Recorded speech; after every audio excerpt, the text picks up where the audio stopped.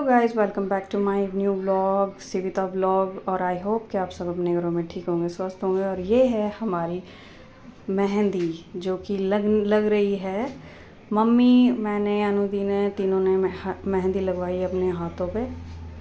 तो ये मेरी मेहंदी लग रही थी। मेरी मैया की मेहंदी बड़ी रचनी, मेरी मैया की मेहंदी बड़ी रचनी। मेहंदी लेकर सोनू आया, मेहंदी लेकर सोनू आया, सरिता ने लगाई ये मेहंदी बड़ी रचनी, ये मेहंदी बड़ी रचनी। जय चलता। उसके बाद ये मेरी पूरी फुल मेहंदी लग चुकी थी। और फिर आ गया अनुदी का नंबर। पहले मम्मी ने लगवाई थी, फिर मैंने लगवाई और उसके बाद अनुदी ने। Hello guys, welcome back to my new blog Shuvita blog. और आप सब कैसे हैं? आई होप कि आप सब अपने घरों में ठीक होंगे, स्वस्थ होंगे। और आज थोड़ा सा अभी हमने स्टार्टिंग कर दी है। सूट सलवार वगैरह हमने पहन लिए है और अब बस बाकी रह गया थोड़ा सा मेकअप करना। मिलते हैं मेकअप के बाद। और ये मेरा कुछ इस तरीके का लुक था करवा चौथ का।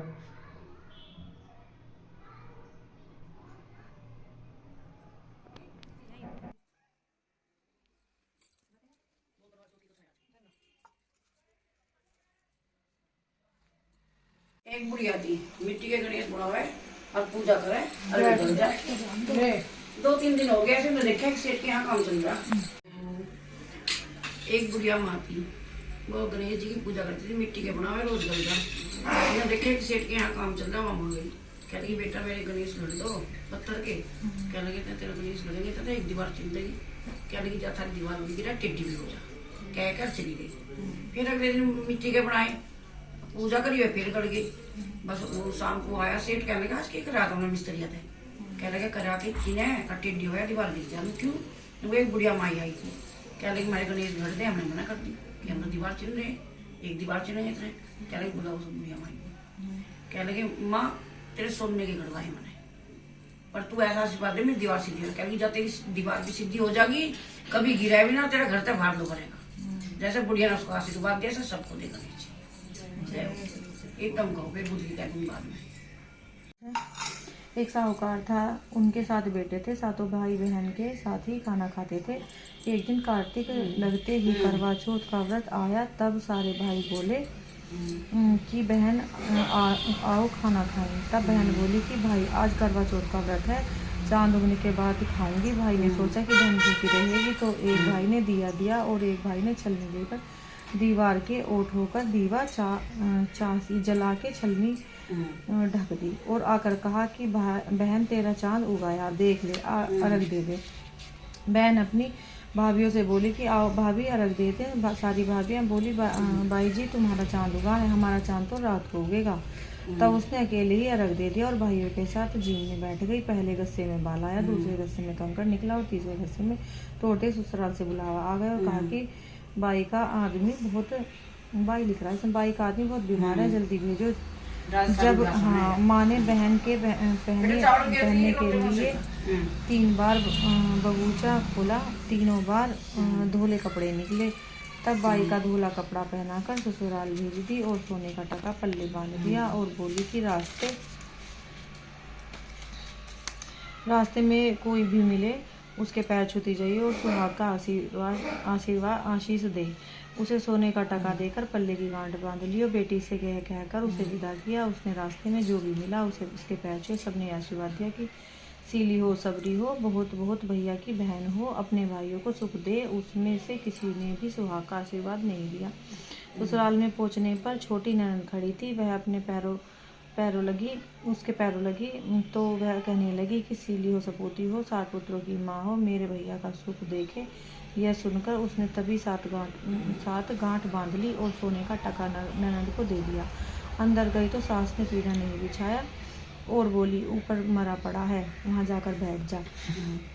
जब वहाँ गई तो उसने देखा कि उसका पति मरा पड़ा है। वह वहीं बैठ गई और उसे सेवन लगी। उसकी सास सारी बची कुची रोटी दासी को देकर कहती बहू बड़ी को रोटी दे आ। ऐसे होते होते मंगसिर की चौथ आई और चौथ माता बोली करवा ले भैयों की प्यारी, करवा ले, दिन में चांद उगानी करवा ले, घड़ी घनी भूखी करवा ले।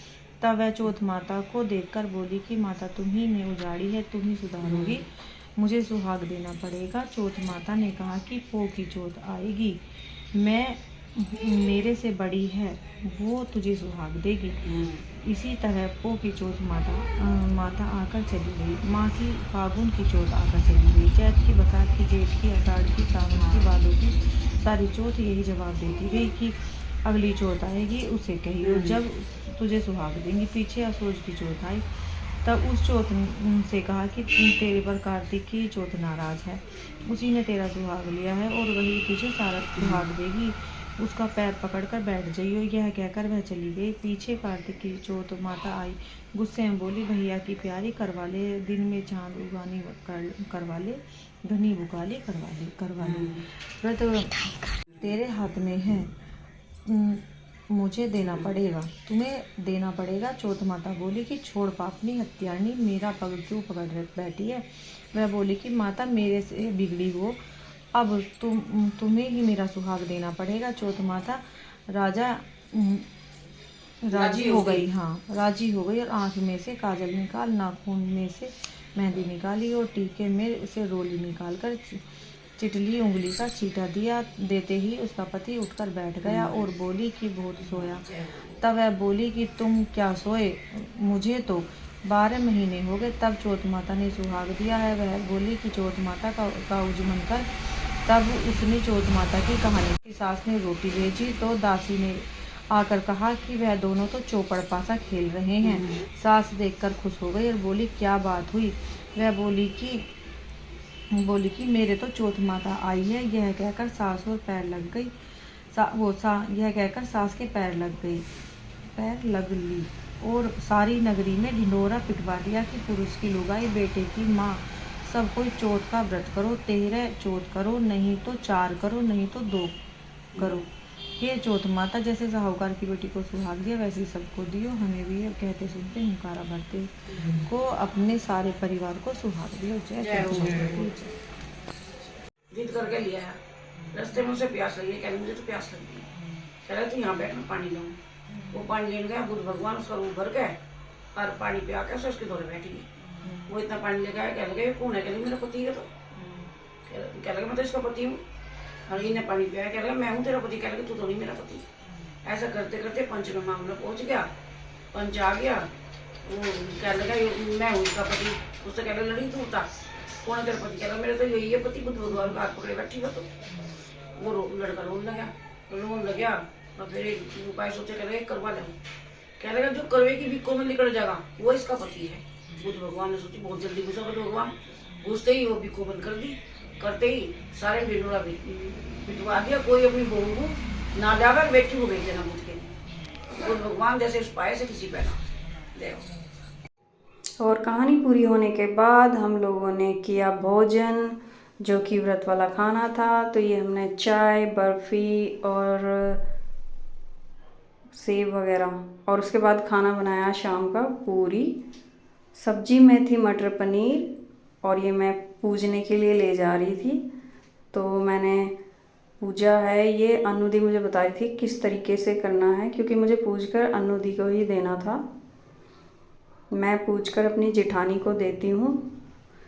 तो ये मैंने पूज दिया और मैं अब अनु दी को दे दूँगी। ये मैंने अपनी करवा चौथ अनु दी को दी। फिर हो गया रात का समय, ये लग गई मेरी थाली और ये जल देकर मैंने अपना खाना जो है खा लिया और व्रत खोल लिया। और इसी के साथ मिलते हैं नेक्स्ट व्लॉग में। Thanks for watching.